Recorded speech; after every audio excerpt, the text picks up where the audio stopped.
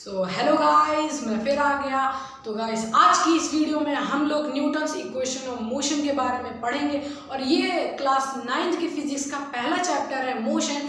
उसी का ये पार्ट नंबर 3 है। इसके पहले भी मैं 2 पार्ट्स अपलोड कर चुका हूँ वीडियो लेक्चर्स में यूट्यूब में। तो उन पार्ट्स के अंदर हम लोगों ने स्टार्टिंग का कुछ पढ़ा था, motion, rest, physical quantities, scalar quantities, vector quantities, distance और डिस्प्लेसमेंट के बारे में। ये सब हमने पार्ट 1 में पढ़ा था और पार्ट 2 में हम लोगों ने इसके आगे का पढ़ा था स्पीड, वेलोसिटी और एक्सेलरेशन के बारे में। तो आज पार्ट नंबर 3 और इस पार्ट में हम लोग न्यूटन्स इक्वेशन ऑफ मोशन के बारे में ही पढ़ेंगे।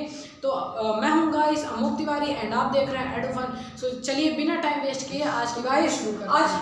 अब हम लोग देखते हैं अपने न्यूटन इक्वेशन ऑफ मोशन, जिसको हम लोग काइनेमेटिकल इक्वेशंस भी कहते हैं। तो आइए हम लोग समझ लेते हैं पहली इक्वेशन। तो पहली इक्वेशन देखिए ये है। पहली इक्वेशन जो होती है वो फाइनल वेलोसिटी के ऊपर बनाई गई है। तो वो इक्वेशन ये है v equal you plus AT। तो इसका मतलब देखिए गाइस ये है, यहाँ पर जो v है ये फाइनल वेलोसिटी को बताता है और ये जो u है ये इनिशियल वेलोसिटी का साइन है और जो a आप देख रहे हैं ये एक्सेलरेशन है और ये t टाइम है। तो यहाँ पर बताया जा रहा है कि जो फाइनल वेलोसिटी होती है उसकी वैल्यू किसके इक्वल होती है। तो उसकी वैल्यू एक्सेलरेशन को जब हम लोग टाइम से मल्टीप्लाई करते हैं और उसमें इनिशियल वेलोसिटी ऐड करते हैं तब हम लोग को फाइनल वेलोसिटी की वैल्यू पता चलती है। तो आइए हम लोग आज ये भी देख लेते हैं कि ये सारी क्वेश्चंस आई कहाँ से। तो यहाँ पर देखिए जो फॉर्मूला होता है एक्सेलरेशन का, तो एक्सेलरेशन का फॉर्मूला मैंने आपको पिछले पार्ट में बता दिया था कि क्या होता है। तो वो होता है v minus u upon T. और ये जो एक्सेलरेशन का फॉर्मूला है ये फॉर्मूला कैसे आया ये भी मैं आपको पिछली वीडियो में बता चुका हूँ। तो आइए अब इसके आगे सॉल्व करते हैं कि ये पहली क्वेश्चन कहाँ से आई है।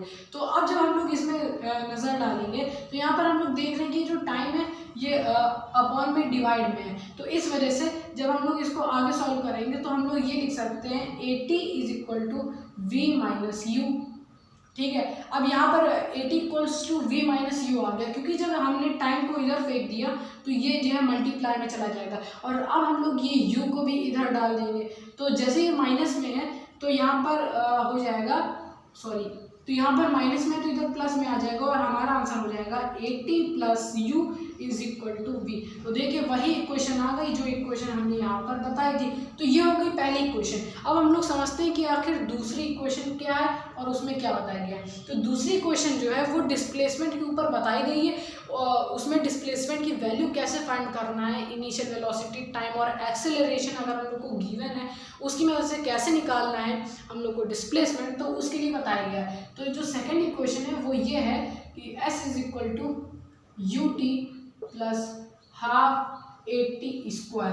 अच्छा, ये जो इक्वेशन है ये इक्वेशन आई कहाँ से? ये मैं आपको पहले बता दूं कि जितने भी इक्वेशंस मैं आपको बता रहा हूँ इन सब को आपको लर्न ज़रूर करना है क्योंकि ये फॉर्मूला टाइप का है। जैसे आप मैथ्स में फॉर्मूलेस लर्न करते हैं वैसे इनको भी आप समझ लीजिए और अगर आप थोड़ा सा प्रैक्टिस करें तो ये अपने आप आपको याद हो जाएंगे, आपको अलग से रटने की ज़रूरत नहीं पड़ेगी। तो आइए देखते हैं ये कहाँ से आया है। तो इसको देखिए, ये जो डिस्प्लेसमेंट है आपको ये तो पता ही होगा कि डिस्टेंस का फॉर्मूला होता है स्पीड इनटू टाइम। और स्पीड जो होता है यहाँ पर जैसे डिस्प्लेसमेंट है जो ऐसे ये डिस्प्लेसमेंट को डिनोट कर रहा है। तो डिस्प्लेसमेंट में हम लोग हमेशा वेलोसिटी लेते हैं, उसमें स्पीड का काम नहीं रहता है। और जो वेलोसिटी होती है उसमें हमेशा तो नहीं पर कभी कभार क्या होता है नॉन यूनिफॉर्म वेलोसिटी होती है। कभी इनिशियल वेलोसिटी कुछ और है, फिर बाद में वेलोसिटी चेंज हुई, फिर उसके बाद चेंज हुई। तो इसी तरह से वेलोसिटी चेंज होती रहती है, स्पीड भी इसी तरह होता है। तो अब उस नॉन यूनिफॉर्म जो वेलोसिटी है उससे हम लोग को अगर डिस्प्लेसमेंट फाइंड करना है तो उसके लिए हम लोग क्या करेंगे, उस नॉन यूनिफॉर्म को यूनिफॉर्म बनाएंगे क्योंकि हम लोग को यूनिफॉर्म वेलोसिटी चाहिए। और यूनिफॉर्म बनाने के लिए हम लोग उस सारी वेलोसिटीज़ का एवरेज निकालेंगे। तो एवरेज के लिए देखिए यहाँ पर क्या होगा, डिस्प्लेसमेंट इज इक्वल टू। अब एवरेज के लिए मैंने आपको फॉर्मूला पहले से बता के रखा है कि जब भी हम लोग को एवरेज फाइंड करना होता है तो हम लोग हमेशा initial velocity plus final velocity करते हैं और अपन में जितनी भी वेलोसिटीज़ हैं उनके नंबर काउंट करके डिवाइड कर देते हैं। तो यहाँ पर देखिए क्या होगा, डिस्प्लेसमेंट ये हो गया। अब एवरेज वेलोसिटी फाइंड करने के लिए v प्लस यू अपॉन 2।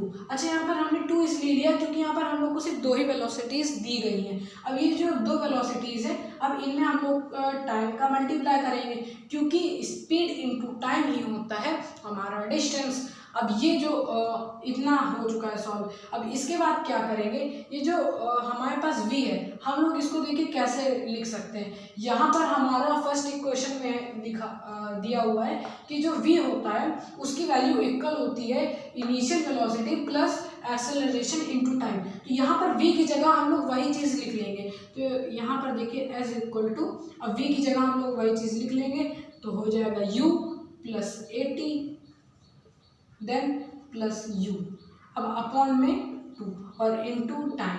अब यहाँ पर टाइम का मल्टीप्लाई है तो इसको हम लोग तुरंत मल्टीप्लाई करेंगे और हमारे पास वैल्यू आ जाएगी। अच्छा हाँ, यहाँ पर जैसे आप देख रहे हैं कि 2u है, यहाँ पर u प्लस u, तो u प्लस u बन जाएंगे 2u। तो अब यहाँ पर देखिए 2u, अब ये जो 2u है इसमें जब टाइम का मल्टीप्लाई होगा तो ये बन जाएगा 2ut। अब फिर उसके बाद प्लस, अब प्लस में जो 80 है, अब 80 में भी t का मल्टीप्लाई करें तो ये बन जाएगा 80 स्क्वायर देन अपॉन में 2। ठीक है, अब इतना बन गया।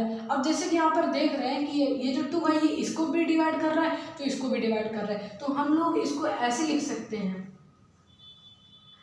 2ut upon 2 plus 80 upon 2।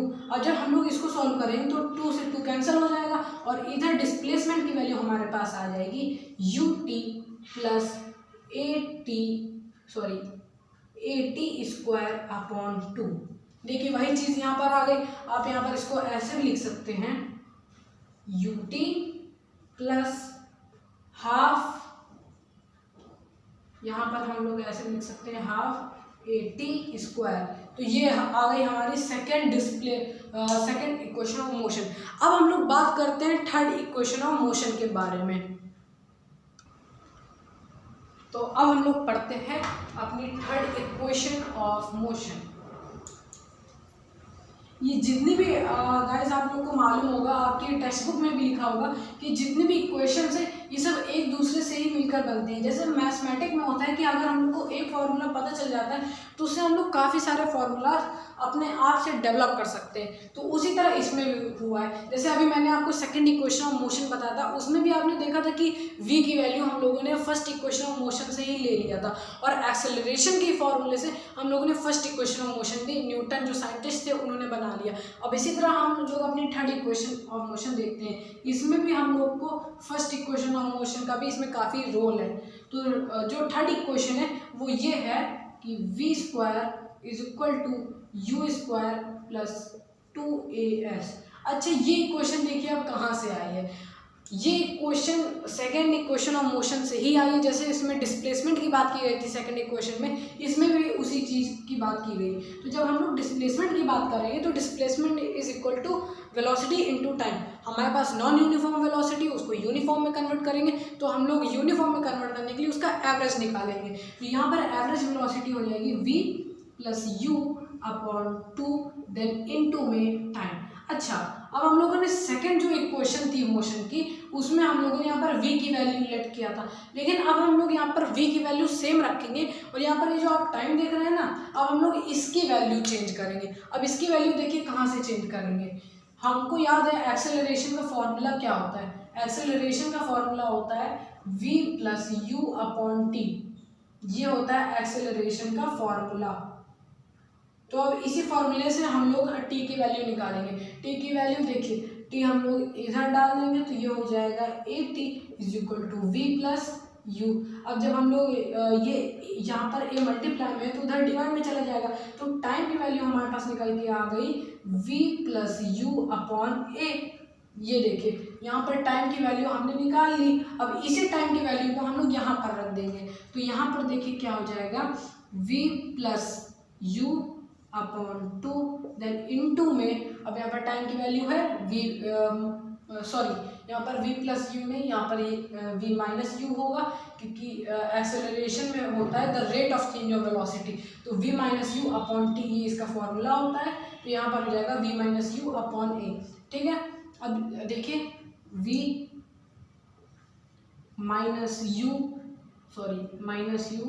Upon a is equals to displacement. और जब इसको सॉल्व करेंगे तो क्या हो जाएगा, आपने क्लास 8th में ये मेथड पढ़ा था, ये आइडेंटिटी पढ़ी थी कि जब भी दो चीज़ ऐसे होती हैं a plus b into a minus b, मतलब वही दोनों चीज़ें एक बार प्लस हो रही है फिर मल्टीप्लाई होके दूसरी चीज़ से मल्टीप्लाई हो रही है जिसमें b a माइनस बी होगा।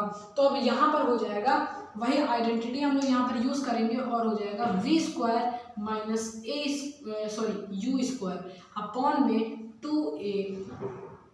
ठीक है, अब यहाँ पर 2a हो गया। अब जब हम लोग इसको यहाँ भेजेंगे तो ये डिवाइड में तो मल्टीप्लाई में हो जाएगा और हमारे पास आ जाएगा 2as is equals to v square minus u square. अब इसके बाद भी जब हम लोग सॉल्व करेंगे तो हमारे पास आ जाएगा 2as plus u square is equals to v square. So guys यहाँ पर हमने 3 इक्वेशंस ऑफ मोशन, जितनी भी इक्वेशन थी मोशन की, उन सब को पढ़ लिया।